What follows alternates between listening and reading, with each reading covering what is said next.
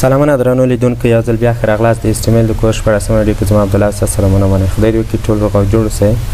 تېره ویډیو کې موږ د HTML اټریبیوټس باندې خبرې کړې وې. په دې ویډیو کې به موږ د HTML انټیټیز وایو چې HTML کې انټیټیز د څه دپاره استفاده کیږي او ولې موږ استفاده کوو. راځو اوس دلته مخکې له دې چې دې باندې عملي کار وکړو، موږ باید مخکې له دې باندې پوه اوسو چې د څه دپاره استفاده کیږي. HTML کې انټیټیز دي هغه کیورډز دي مودې کې الریډي معرفي شوي وي او دا مختلفو ځایونو کې استفاده کیږي. اوس به د استفادې ځایونه هم وپېژنو. راځو مثلا زه دلته اوس لیکمه چې ډیو. اوس زه وغواړم چې دې ته لیس دین اپریټر او ګریټر دین اپریټر په دې ځای کې ورکړم، نو دا زه څنګه کولی شم؟ د هغې دپاره موږ مخکې نه الریډي ډیفاینډ ورډ دلته لرو چې پری ډیفاینډ ورډس ورته وایي یا کریکټر ورته وایي. هغه موږ دلته لرو. د هغه دپاره اینډ اپریټر لومړی اخلو، بیا جی ټي اخلو، جی ټي او کما ورکوو. دې طرف ته راځو، دلته هم اینډ اپریټر اخلو، دلته ایل ټي اخلو، کما ورکوو. سلګونه دلته موږ سره دغه کریکټر موجود دي چې په HTML کې خپل هر ځای کې استفادې وړ دي. دا زه اوس رن کوم. زموږ سره چې شو راغی. خو که چېرته موږ همداسې ډی ولیکو بغیر له دې نه، ډی مثلا ما ولیکه، دې کې لیس دین او ګریټر دین اپریټر را نشي، نو دا موږ سره غلط ده، نشي کولی چې دا موږ استفاده کړو. د هغې دپاره موږ دغه کیورډونه لرو فري الریډي کیورډ معرفي شوي دي په دا HTML کې چې موږ دلته صرف استفاده کوو. ایل ټي او دغه چې دا جی ټي هانډ اپریټر د ټولو نه مخکې اخلو او جی ټي. اوس راځم دا اوکې کوم. دا زموږ سره راغی. یا مثلا زه وغواړم چې دلته ولیکم چې هیلو ورډ، هیلو ورډ. د دې په منځ کې اوس زموږ سره سپیس نشته. که زه دلته سپیس وار هم کړم په دې کې سپیس نه راځي. HTML اوس ګوره راشم دلته یو بیا واخلم، بیا ټاک بریک، دې کې سپیس راغی. زه غواړم چې څو دانې سپیس دلته راوړم. د هغې دپاره موږ NBS لرو، NBSP.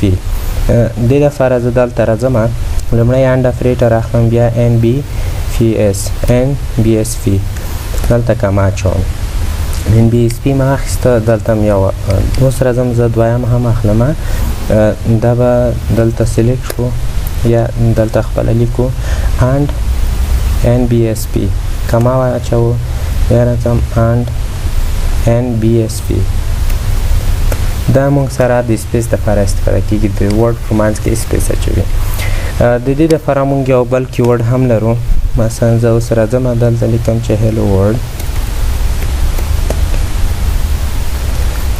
دې دپاره موږ په نمبر کې هم یو کریکټر لرو چې هغه 160 دا کیورډ ده and 160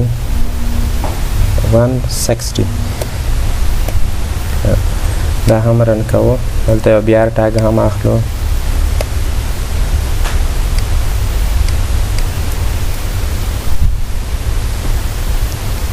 راځو دلته and اخلو and ټاګ، بیا هاش ټاګ 160. دا موږ سره هم د بریک د سپیس دپاره استفاده کیږي. بیا ټاګ اخلو، ټیکټس خلاصوو، بیا اوس راځو بل زموږ سره چې دا یو چې دا NBSP ده، دویم چې دا موږ سره 160 ده، هاش 160، او بل چې دی موږ جی ټي. لکه د ورډ په منځ کې موږ چې کله ګریټر دین یا لیس دین اپریټر استفاده کوو، هغه دپاره موږ فري ډیفاین دلته موږ چې لرو کریکټر لرو چې مخکې نه HTML کې معرفي شوي دي. HTML لنګویج کې صرف موږ استفاده کوو. که راشو موږ دلته په براوزر کې دې ځای کې ولیکو ورته په براوزر کې زه مثلا دلته راځم چې موږ سره انټرنیټ موجود وي په هغه صورت کې w3school.com w3school.com کې د HTML JavaScript PHP Python د هر لنګویج درس دلته شته. مخکې نه دلته موجوده، موږ صرف وایو هغه درس نه کافي اخلو او دلته استفاده کوو په خپل HTML سټرکچر کې. کولی شو د هغه څخه هم زده کړو نو په هغه شرط چې تاسو سره انټرنیټ واوسي. دا زموږ سره د HTML انټیټیز وي. انشاءالله راتلونکي ویډیو کې به موږ بله ویډیو باندې بحث کوو. تر بلې ویډیو پورې د خدای